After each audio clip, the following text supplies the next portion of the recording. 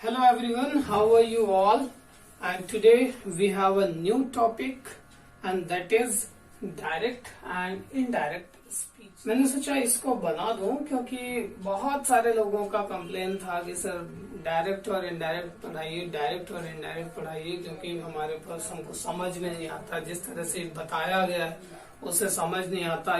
इतना रूल हमारे पास लिखा रखा हुआ है, अब उस रूल को याद करते हैं तो इधर वाला याद करते हैं तो इधर वाला चला जाता है और overall we are just unable to convert the narrations from direct to indirect और इनडायरेक्ट टू डायरेक्ट। तो चलिए आज हम बताते हैं एकदम इजी तरीका कि कैसे बिल्कुल चुटकियों में हम डायरेक्ट से इनडायरेक्ट या इनडायरेक्ट से डायरेक्ट सेंटेंस को कन्वर्ट करते हैं। So before we start and I start telling you some rules and regulation, मैं आपको कुछ दिखाना चाहता हूँ, जैसे कि डायरेक्ट और इनडायरेक्ट एक्चुअली वो काम है। एक श्याम है और एक लड़की है रीमा, ये दोनों पड़ोसी हैं। ये शाम में इससे मिला, शाम में जब इससे मिला तो इसने बताया एक्चुअली इसको फीवर है, इसको फीवर है तो शाम को फीवर है। शाम में जब ये लोग मिले तो शाम ने बताया राम से कि इसने क्या कहा, इसने जो बोला मुंह से वो ये बोला कि मैं कल स्कूल नहीं जाऊंगा। ये इसने बोला, इसने सुन लिया। अब सुनने के बाद क्या हुआ, यहां से ये लोग चले आए। अब नेक्स्ट डे ये राम आया और ये रीमा आ गई।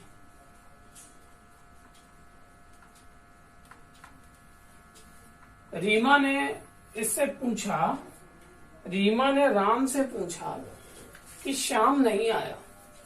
तो अब गेस करो, मुझे बताओ कि राम ने क्या बोला होगा। राम ने बोला होगा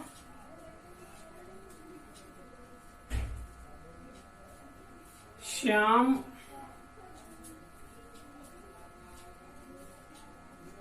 आज नहीं आएगा। श्याम आज नहीं आएगा। अब जरा देखो एक्चुअली क्या था, अगर इसी को लिखना होता, मान लो राम भी ना जा पाता, लेकिन उसको ये मैसेज रीमा तक पहुंचाना होता तो कैसे वो पहुंचाता, लिख करके। या हम देखें तो क्या है, हम ये देखें तो ये है एक्चुअली श्याम ने राम से कहा मैं कल नहीं जाऊंगा। अब ये इन्वर्टेड कॉमा वाली अंडरलाइन वाली बात देखिए, श्याम ने राम से कहा मैं कल नहीं जाऊंगा। जो इन्वर्टेड कॉमा में हमने बंद करके रखा हुआ है, ये वो वर्ड्स हैं, ये वो सेंटेंस है जो स्पीकर के मुंह से निकले हुए, एंड हमने यहाँ पे एज इट इज रख दिया है, जैसे का तैसा, and that's why this is bracketed with inverted comma, इसीलिए इसे इन्वर्टेड कॉमा से लगाया गया है। जब इसी बात को श्याम ने अगले दिन बताई, यानी कि रिपोर्ट किया रीमा से, जब उसने रिपोर्ट किया तो उसने ये ऐसे नहीं बोला, उसने या ये वाला पार्ट नहीं बोला, क्योंकि जब ये राम यहाँ पे रीमा से ये बोलता अगर कि मैं कल नहीं आऊंगा या मैं आज नहीं आऊंगा, तो वो फिर मैं हो जाता है, यानी वो राम के लिए हो जाता है। कहने का मतलब यहाँ वाला मैं यहाँ श्याम से चेंज हो गया, तो यहाँ वाला मैं किससे चेंज हो गया, श्याम से चेंज हो गया।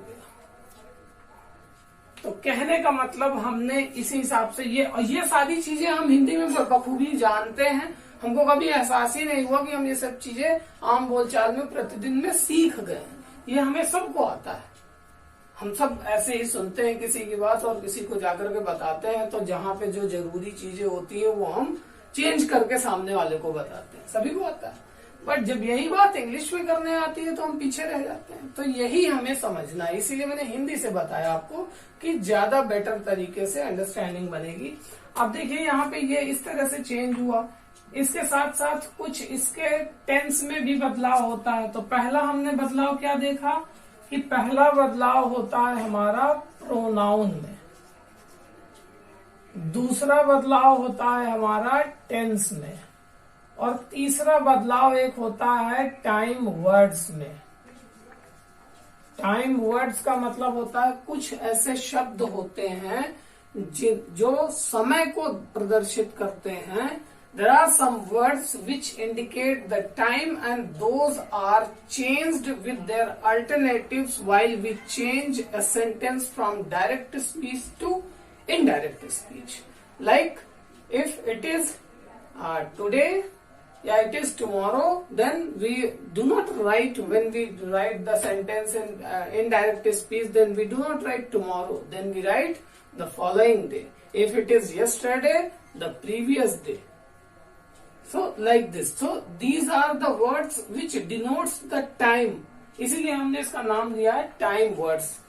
तो बेसिकली अब अभी आपको एक छोटी सी पिक्चर क्लियर हो गई कि इस तरह के सेंटेंस को जब हम रिपोर्ट करके इस तरह लिखते हैं, कहने का मतलब ये क्या था, ये जो सर्कल पे है ये मैंने कर रखा है, ये क्या है, ये डायरेक्ट स्पीच है, और ये वाला क्या है जो ऊपर लिखा हुआ है जिसकी रिपोर्टिंग हुई है, ये क्या है, इनडायरेक्ट है। बस यही करना है हमें। और इस करने में 3 तरह के चेंजेस होते हैं, ये हमने अभी आराम से देख लिया। अब ये चेंजेस होते हैं, कैसे होते हैं, ये मैं आपको एक तरफ से बताऊंगा धीरे धीरे। पूरा डायरेक्ट इनडायरेक्ट इन्हीं तीन चेंजेस में घूमता है। होता क्या है कि जब एक पहले हम सीखते हैं तो पहले हम ऐसे एग्जाम्पल्स से सीखते हैं जिसमें केवल और केवल प्रोनाउन का चेंज होता है। तो पहले प्रोनाउन का चेंज करना होता है और कुछ हमें देखना नहीं होता, क्योंकि वो एग्जाम्पल वैसे होते हैं, हम करते जाते हैं, दिमाग लगाते जाते हैं, करते जाते हैं, अच्छा आने लगता है। जब अच्छा आने लगता है then we further move and then we add 2 changes at 1 go. Means अब एक ही बार में, अभी हमें केवल टाइम प्रोनाउन चेंज करने थे, लेकिन अब हम क्या करेंगे, हम प्रोनाउन को भी ध्यान में देंगे। We will change the pronoun and as well as we will change the tense. तो टेंस भी चेंज करने लगेंगे। फिर बारी आएगी जब उसमें एक्सपर्ट हो जाएंगे तो फिर हम ऐसे एग्जाम्पल्स लेंगे जहां पे हम प्रोनाउन भी चेंज करेंगे और टेंस भी चेंज करेंगे, देन टाइम वर्ड्स भी चेंज करेंगे। जब उसमें एक्सपर्ट हो जाएंगे तब हम जो है सेंटेंस के टाइप को भी चेंज करेंगे, क्योंकि सेंटेंस के जैसे जैसे टाइप चेंज होते हैं तो उसके कनेक्टर और बहुत सारी चीजें क्या होती हैं, उनका लगाने का तरीका बदलता जाता है। I will show you and those changes also have a pattern. तो आपको याद करने की कोई जरूरत नहीं है, you just need to understand the pattern. Why? कैसे हुआ, क्यों हुआ, इस पैटर्न को समझ लीजिए। you need not to learn anything, you need not to mug up anything. कुछ भी याद तो रटने की जरूरत ही नहीं है। So, जब सेंटेंस हमारा इस तरह से दिया होता है, यहाँ इन्वर्टेड, यहाँ कॉमा होता है, यहाँ इन्वर्टेड कॉमा होता है, फिर एक सेंटेंस लिखा होता है, फिर इन्वर्टेड कॉमा होता है। तो इस वाले पार्ट को हम रिपोर्टिंग स्पीच कहते हैं और इस वाले पार्ट को हम रिपोर्टेड स्पीच कहते हैं।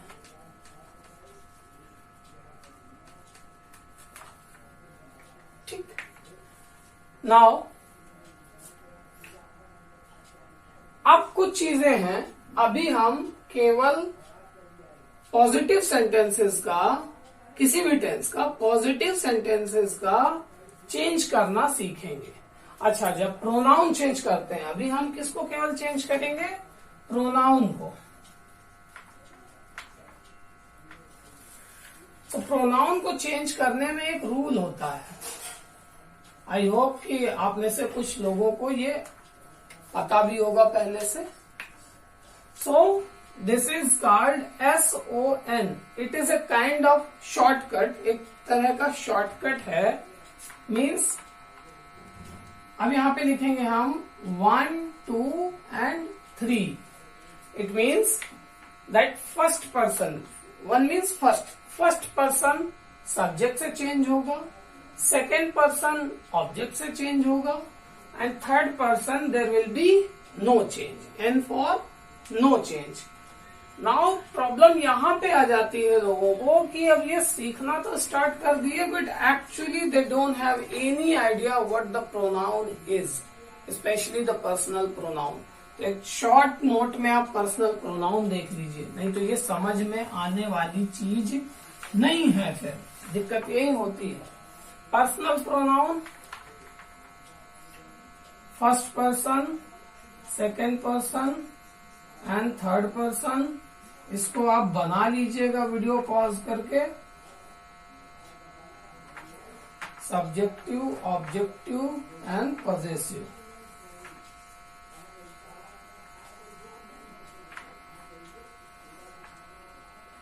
ये आपका केस हो जाएगा इधर, ये आपके पर्सन हो जाएंगे. ये सब्जेक्टिव केस है, ये पॉजेसिव केस है एंड ये ऑब्जेक्टिव केस है. तो फर्स्ट पर्सन में आता है आई और वी, और इसका पॉजेसिव होता है माई और आवर, और इसका होता है मी और अस. इसके बाद यू का बहुत सिंपल सा है, यू, योर एंड यू. इसके बाद आते हैं थर्ड में, तो यहां होता है ही, शी, इट, दे. यहां पर है ही का हो जाता है हिज, हर, इट्स, देयर, और यहाँ हिज का हो जाता है हिम, इसका हर ही रहता है, इसका इट हो जाता है और इसका देम हो जाता है. तो ये है आपका पर्सनल प्रोनाउन. आप इसे बना लीजिए, बना के रख लीजिए, और मैं अभी इसी वक्त आपको बता दे रहा हूं कि ये चेंज कैसे होता है, इसको कैसे चेंज करते हैं ये भी दिखा दे रहा हूं. जैसे यहाँ पे लिखा हुआ है सन, SON, फर्स्ट, सेकेंड, थर्ड.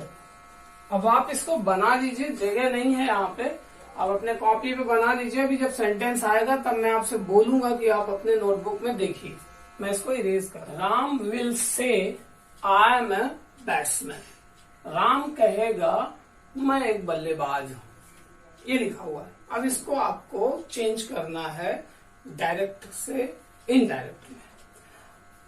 तो अभी आप बिल्कुल से आंख बंद कर लीजिए कि आपको टेंस या टाइम वर्ड्स चेंज भी करने. आपको केवल कंसंट्रेशन देना है कि आपको प्रोनाउन चेंज करना है. तो कैसे करेंगे? आप यहां तक तो लिख लीजिए, अब साथ में कुछ और रूल आ जाएंगे. तो यहां तक तो आप लिख ही लीजिए, राम विल से. अब जब हम कॉमा, इन्वर्टेड कॉमा हटाएंगे तो दैट लगाएंगे. Ram will say that. अब जरा देखिए, अच्छा ये करने से पहले ही आप इन्वर्टेड कॉमा के अंदर अंडरलाइन कर लीजिए कि कितनी जगह प्रोनाउन आया है. यहाँ पे इस एग्जाम्पल में केवल एक जगह प्रोनाउन आया है, आई. अब जब आपने पहले से अंडरलाइन कर रखा है तो जब आप फिर से यहाँ पे आ गए, दैट लगा लिया, इसको बोलते हैं कंजक्शन या कनेक्टर, जिसको कि आप इन्वर्टेड कॉमा हटा करके लगा रहे हैं. तो ये आपने लगा दिया. अब इसके बाद ये आई, ये प्रोनाउन है और ये चेंज होना है. तो ये आई कौन सा है? यहां से आपको आई पढ़ने पर क्या पता चलेगा? This is first person subjective case. आपको फर्स्ट पर्सन मिला, तो आप यहाँ पे देखिए फर्स्ट में जाइए. जो गिनती यहां से मिले वहीं जाना है आपको. यहां से फर्स्ट पर्सन मिला, फर्स्ट पर्सन में जाइए. तो फर्स्ट पर्सन किससे चेंज होगा? उसने कहा सब्जेक्ट से चेंज होगा. तो सब्जेक्ट किसका? ये जो इंडिकेट करता है, ये सब रिपोर्टेड स्पीच को इंडिकेट करता है, यानी इधर वाले का सब्जेक्ट, यानी राम का सब्जेक्ट. इधर वाले का सब्जेक्ट यानी कि राम का सब्जेक्ट. तो अब जरा वही टेबल निकालिए और देखिए कि एक जगह आई लिखा है. केस कौन सा है? सब्जेक्टिव है. इसका मतलब हम सब्जेक्टिव वाली लाइन में ही देखेंगे, दूसरी लाइन नहीं देखेंगे. क्योंकि ये सब्जेक्टिव केस है, यहाँ सब्जेक्टिव ही आना है आई के हिसाब से। तो आई मिलेगा, फिर आपको यू मिलेगा, फिर ही की जगह राम क्या है, राम को हम ही तो ही बोलेंगे, तो यानी कि यहाँ पे ही होगा। तो ये इसकी जगह पे यहाँ क्या आ जाएगा, ही, दैट ही। अब आई एम का क्या हो जाएगा, इज हो जाएगा, ही इज ए बैट्समैन। ये इस तरह से Ram will say that he is a batsman. इस तरह से अब एक एग्जांपल और देखते हैं। इस बार वो चेंज कराएंगे, हम ऑब्जेक्ट से चेंज कराएंगे।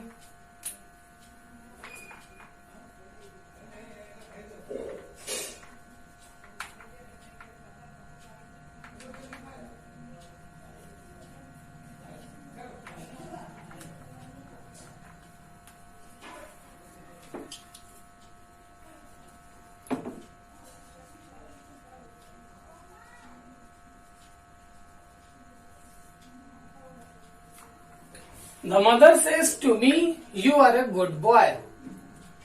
अब देखिए इस पे आपको फिर से इसको लिखना है। अभी आप इसमें पहले प्रोनाउन देख लीजिए, यू है प्रोनाउन, यही चेंज होगा, हो जाएगा द मदर। अब जहां पे पहले वाले में विल से आया था, इस तरह से आया था, अगर सेज करके टू करके आ जाता है तो यहाँ पे हम क्या लगा देंगे, the mother tells me that. अब ये यू इसके अकॉर्डिंग चेंज होगा, सॉरी ये यू देखिए, यू सेकंड पर्सन है, ऑब्जेक्ट के अकॉर्डिंग चेंज होगा, यानी कि मी के अकॉर्डिंग चेंज होगा। तो यू यहाँ पे क्या है, सब्जेक्टिव केस में, तो मी का भी सब्जेक्टिव केस लगाना है आपको। तो मी का सब्जेक्टिव केस क्या होगा, आई होगा। तो मी का सब्जेक्टिव केस यहाँ पे आई आ जाएगा, I am a good boy. Sentence बन गया, the mother tells me that I am a good boy. इस तरीके से ये होता है। अब नेक्स्ट देखते हैं, the third one is here. हमने देखा पहला सेंटेंस अगर फर्स्ट पर्सन आता है तो हम सब्जेक्ट से करते हैं, सेकंड पर्सन आता है तो ऑब्जेक्ट से करते हैं। अब अगर थर्ड पर्सन आएगा तो लिखा है कि नो चेंज है, तो उसका एग्जांपल हम देख रहे हैं कि अगर कैसे आता है कि हम नो चेंज करेंगे प्रोनाउन में। Aman says comma inverted comma Sachin is very humble. मैंने कहा था लास्ट टाइम कि आप इस रिपोर्टेड स्पीच में देख लिया करिए कि कहाँ पे प्रोनाउन है। अभी आप यहाँ पे ढूंढिए प्रोनाउन कहीं पर है, प्रोनाउन तो कहीं है ही नहीं। आप ये कह सकते हैं कि सचिन है, या सचिन की जगह ही होता तो आप कहते हैं कि हाँ ये प्रोनाउन है, लेकिन ये जो प्रोनाउन है वो कौन सा है, थर्ड पर्सन का है। तो थर्ड पर्सन के प्रोनाउन में लिखा हुआ है कि नो चेंज, कोई चेंज नहीं करना। इसका मतलब क्या है कि जो यूजुअल चेंज होता है वो होगा अमन सेज, यहाँ पे कॉमा इन्वर्टेड कॉमा की जगह दैट लग जाएगा, he is very humble. Okay, इस तरीके से ये चेंज होता है। अब तो इस तरीके से आपने देखा कि जब हमें केवल प्रोनाउन चेंज करना होता है तो हम कैसे चेंज करते हैं। मैंने आपको तीनों कंडीशंस दिखाई, अभी 6 कंडीशन और बचती हैं, इसकी वो क्या है ये देख लीजिए, तो ये पार्ट आपका खत्म हो जाएगा। 6 कंडीशन क्या है कि आपको देखना होगा कि कोई भी सेंटेंस होता है तो वो पहले अफर्मेटिव होता है, फिर नेगेटिव होता है, फिर तीसरा है इंटेरोगेटिव होता है, फिर चौथा इंटेरोगेटिव नेगेटिव होता है, फिर पांचवा होता है उसमें क्वेश्चन वर्ड आता है, फिर छठवा होता है जिसमें क्वेश्चन वर्ड के साथ नॉट आता है। ये आपके 6 तरीके के सेंटेंस होते हैं। अभी आपने देखा कि जब आप यहाँ पे लिखते हो तो यहाँ पे आप इसकी जगह पे कनेक्टर लगाते, तो अब आप यहाँ से देख लीजिए कि कनेक्टर कैसे लगेगा।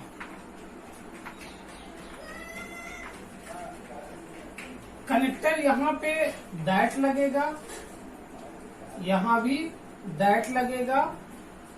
जब हेल्पिंग वर्ब से शुरू होकर के सेंटेंस इंटेरोगेटिव में बनता है तो कनेक्टर दैट की जगह इफ लगता है, यहाँ भी इफ लगेगा। और यहाँ पर जब लगता है कनेक्टर तो यही क्वेश्चन वर्ड जो सेंटेंस में आया होता है वही question word as a connector काम करने लगता है। तो आपने देखा कि यहाँ जो हम चेंज करते हैं, प्रोनाउन चेंज करने के अलावा हम यहाँ भी चेंज करते हैं। कुछ चीजें यहाँ भी चेंज होती हैं, जैसे कहीं कहीं पे सेज लिखा था तो सेज का सेज रह जाता है, और कहीं पे लिखा होता है सेज टू मी तो वो हो जाता है टेल्स मी, या से टू मी तो हो जाता है टेल मी। तो होता क्या है कि अगर वहां पर से के बाद रिपोजिशन है और कोई चीज है तो वो से का टेल में बदलेगा, और अगर केवल से है और इसके बाद कॉमा लगा हुआ है, इन्वर्टेड कॉमा स्टार्ट है, तो वो एज इट इज ही रहेगा। तो ये चेंजेस आपके हो गए। तो इस तरीके से आपने ये देखा कि अगर आपको ऐसा सेंटेंस दिया जाए जिसमें you have to change only pronoun, केवल प्रोनाउन चेंज करना हो, तो आप इसको इसको इसको इसको इसको सबको करवा सकते कर सकते हैं। एक एक एग्जाम्पल आप देख लीजिए। अभी मैं एक एक प्रोनाउन का तो एग्जाम्पल नहीं दे पाऊंगा, बट इसका तो मैं दे चुका हूँ। ये 1 2 3, इसका भी वही चीज है, 1 2 3 4, इनके एग्जाम्पल मैं आपको दे सकता हूँ। Suresh says is he very nice. Suresh कहता है कि क्या वो बहुत अच्छा है। अब देखिए इसको, सुरेश, हाँ वहां पे एक चीज मिस हुई। अब भाव देखिए, जब यहाँ पे कोई चीज पूछी गई है तो यहाँ से कैसे हो सकता है, यहाँ तो आस्क आएगा ना, तो ये हो जाएगा। अब देखिए जिस तरीके से एस में है तो ये वैसे ही रहेगा, तो आस्क हो जाएगा, सुरेश आस्क। अब ये इस से शुरू हो रहा है तो यहाँ कनेक्टर में हम दैट ना लगा के इफ लगाएंगे, सुरेश आस्क इफ, और उसके बाद ही, और ये वैसे ही रह जाएगा। क्यों? क्योंकि ही जो प्रोनाउन है वो चेंज तो हमारा होना नहीं है, वो तो वैसे ही रहेगा। तो ये मैंने आपको एक इंटेरोगेटिव का दिया, उसी तरह नेगेटिव हो जाएगा। लेट्स से कि अगर एक क्वेश्चन वर्ड वाला सेंटेंस आ जाए तो क्या होता है, लाइक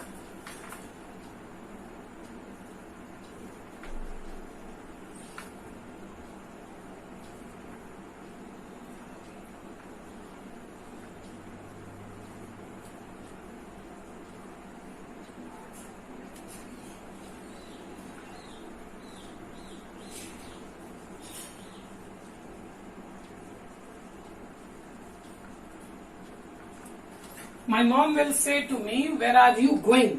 अब देखिए यहाँ पे ये क्वेश्चन वर्ड वाला सेंटेंस आ गया। तो करना क्या है कि my mom will ask me, अब कनेक्टर की जगह पे क्या आएगा, वेयर। और देखिए चाहे यहाँ वेयर लगाया हो आपने कनेक्टर में, चाहे यहाँ इफ लगाया हो, ध्यान देने की बात यह है कि कनेक्टर को लगाने के बाद ये पूरा का पूरा सेंटेंस, ये वाला भी एक नंबर पे लिख देते हैं, एज ए अफर्मेटिव सेंटेंस लिख देते हैं। अगर नेगेटिव आया तो एज ए नेगेटिव लिख देते हैं। इसके बाद सीधे क्या आएगा, इसके बाद सीधे हेल्पिंग वर्ब नहीं आएगी। अगर हेल्पिंग वर्ब आएगी तो वो फिर पुराने तरीके से बन जाएगा, वो गलत हो जाएगा। इसके बाद सीधे सब्जेक्ट रखना है, my mom will ask me where, और ये यू है, यू चेंज होगा मी से तो आई हो जाएगा, वेयर आई, और आर का एम हो जाएगा, वेयर आई एम, और ये हो जाएगा गोइंग। ये इस तरीके से आपका सेंटेंस बन जाएगा, my mother will ask me where I am going. So today we understood pronoun की प्रोनाउन का चेंज कैसे होता है, पर्सनल प्रोनाउन क्या होते हैं, और इसकी एक हल्की सी आपको ग्लिम्स मैंने दी। नेक्स्ट वीडियो में मैं इसको फिर से रिपीट करूंगा, and then I shall tell you how to make changes in tenses and the time words. So in the next video, I hope that I'll complete direct and indirect topic. So till then, that's all. Thank you.